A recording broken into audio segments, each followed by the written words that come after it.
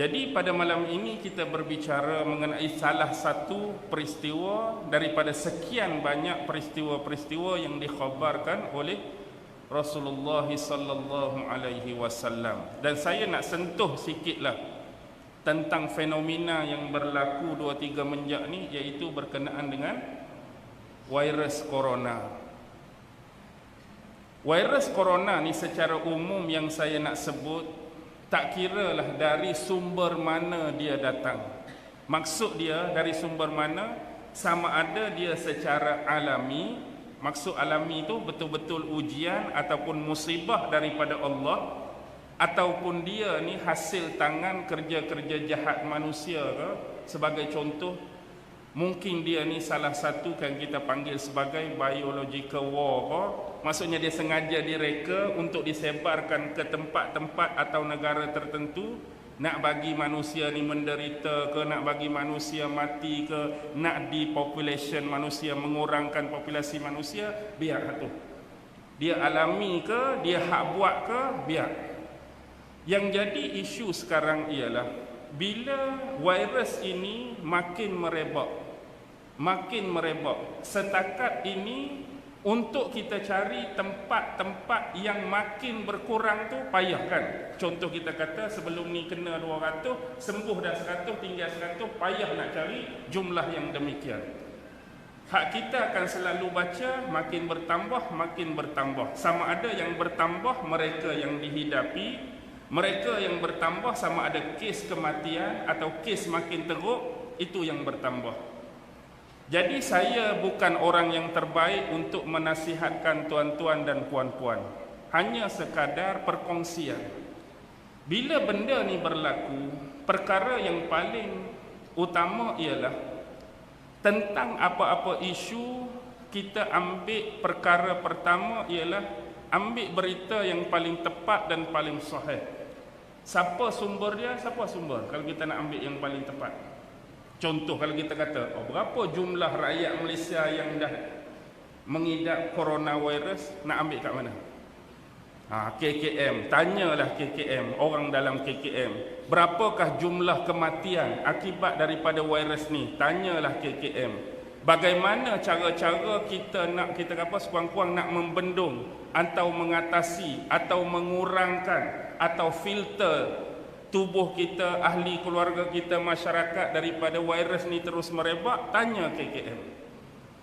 Jadi kalau kita nak mengambil pendekatan lain selain daripada apa yang disarankan oleh KKM, contoh biasanya saranan KKM pakai mask, pakai topeng, pakai hand sanitizer, selalu membersihkan diri, mengelakkan tempat-tempat ramai, tempat-tempat awam, tempat-tempat perjumpaan, mengelakkan diri keluar majlis-majlis tertentu. Tapi kita juga boleh untuk menggunakan bentuk-bentuk herba alami. Yang ni kita punya sendirilah.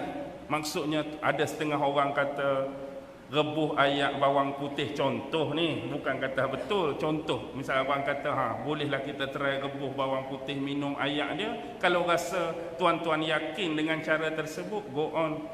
Ataupun ambil kemuncup, ambil lalang, ni contoh. Kan ada satu persembahan sepah tu kan, ini kan contoh, Jeb kata kan. Ingat tak? Contoh, kalau kata herba tu boleh kita kata untuk mengurangkan daya serangan tu, makan buah ni, makan kurma ke makan apa, tuan-tuan buatlah sebagai usaha ataupun ikhtiar kedua. Di samping apa yang disarankan oleh KKM dari sudut yang pertama tadi. Dan yang paling penting, kita sentiasa ingat apa? Ingat apa tuan-tuan? Virus tetap virus, dia datang tetap datang. Tetapi yang lebih besar dan berkuasa daripada virus dan segala makhluk siapa? Allah. Dan jangan sesekali guna ayat-ayat macam ni, saya minta.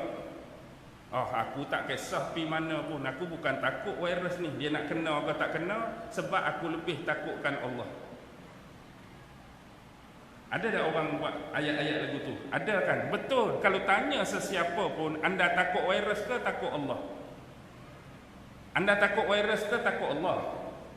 Kita semua takut Allah. Bukan isu kita tak keluar tu kerana takut virus.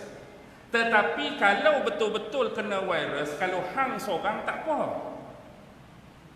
Kalau hang nak kata lagu tu, aku tak takut, aku pi mana-mana pun nak jangkit lah, nak kena lah, nak mati lah. Kalau hang seorang tak selibat dengan orang lain, tak ada masalah. Tapi bila kena hang balik rumah, kena siapa? Kena anak bini, terlibat dengan orang lain, payah selalu. Jadi janganlah guna perkataan-perkataan tu. Orang lain yang sedang filter, orang lain yang sedang rawat, orang lain yang sedang mencuba dengan pelbagai ubat-ubat herba pun semua takut kat Allah, bukan takut kat virus tu. Kita ada adab dan kita ada disiplin dan aturan sebagaimana yang disebut dalam hadis Nabi. Kan Nabi ada sebut dalam hadis, bila wabak tu berlaku di suatu tempat, apa kita perlu buat? Kalaulah kita duduk dalam satu-satu tempat, satu-satu daerah, wabak tu terkena di daerah tu, jangan keluar. Takut menular wabak tu. Takut menular wabak tu. Dan wabak tu perlu dicegah. Maksudnya dengan sedaya upaya, dengan semampu mungkin. Hak lebihnya dalam keadaan kita berupaya nak cegah, nak halang, kena juga, tu tak ada arah lah kita kata. Macam kita timbul isu nyamuk Aedes, demam denggi, demam malaria. Usaha kita sapu sampah sampai bersih dah. Longkang segala dicuci, tong-tong air segala dibuang. Nak kena juga, tak ada arahan. Usaha dah buat dah, ikhtiar dah buat.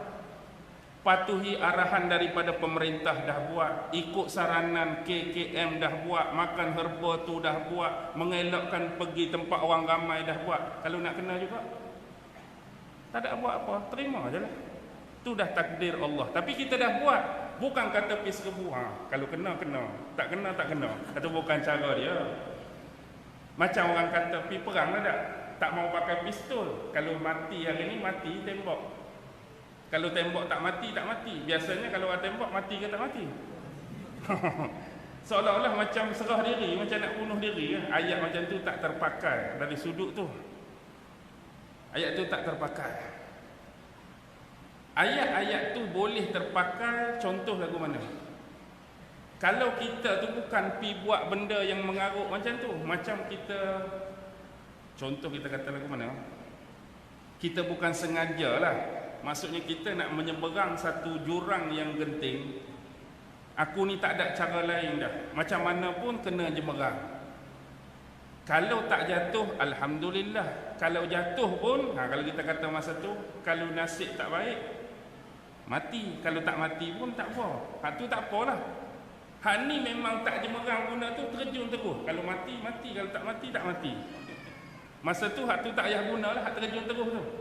Maksudnya jemerang dulu. Kalau nak jatuh, kalau mati, mati. Nak buat mana? Kalau tak mati, tak mati. Tapi kita ikhtiar dah dulu. Ni tak guna, hak tu terjun terus. Kalau mati, mati. Tak mati, tak mati. Macam kita hak pergi perang tadi. Topi besi dah pakai, ni dah pakai, segala dah pakai nak masuk. Peperangan ni kalau syahid, tak syahid pun alhamdulillah. Tapi kalau memang dedah buka, pistol pun tinggal. Kalau dia tembak, mati-mati, tak mati, tak mati. Ada perbezaan tu tuan-tuan. Hak yang pertama tadi bukan ikhtiar, yang kedua tu ikhtiar. Yang pertama tu seolah-olah serah diri. Kita yang cari penyakit. Betul, kita faham ketentuan di tangan Allah. Tapi itulah sekadar perkongsian yang saya boleh buat tentang isu penyakit berjangkit yang nama dia COVID-19. Sama ada, ingat poin tadi, sama ada dia alami ataupun dia ni dibuat oleh manusia, hak tu kita terimalah. Dia dah datang dah, dia dah mari dah. Yang penting jaga diri masing-masing. Yang nombor 3 tadi saya nak sebut, jangan tinggal dan lupa pergantungan kita kepada Allah. Kalau dah mari ujian, mari musibah, jangan berhenti. Ya Allah, lindungi kami. Ya Allah, jaga kami. Ya Allah, pertahankan kami. Ya Allah, selamatkan kami. Kita minta selalu. Mudah-mudahan Allah Subhanahu wa taala menjaga kita semua daripada sebarang bentuk kecelakaan musibah, terutama perkara-perkara yang berkaitan dengan penyakit dan wabak-wabak seperti ini. Memang keadaan sekarang amat genting, kita kata tegang. Genting macam mana pun, tegang macam mana pun, Allah kita letak di depan. Dialah pemutus segala. Minta, jangan pernah berhenti berharap. Kerana sememangnya setiap hamba dia ada Tuhan, dan dia meminta pun dengan Tuhan yang memiliki segala-galanya, yang berkuasa ke atas segala-galanya. Dan saya harap saya boleh berhenti kot, letih dah saya pun. InsyaAllah lah, harapan saya semoga takdir Allah dapat mempertemukan saya dengan tuan-tuan di lain waktu dan di lain siaran, insyaAllah. Tak pernah lupa. Ni paka ke kertih? Paka belah tu kertih. Ke paka duduk dalam kertih.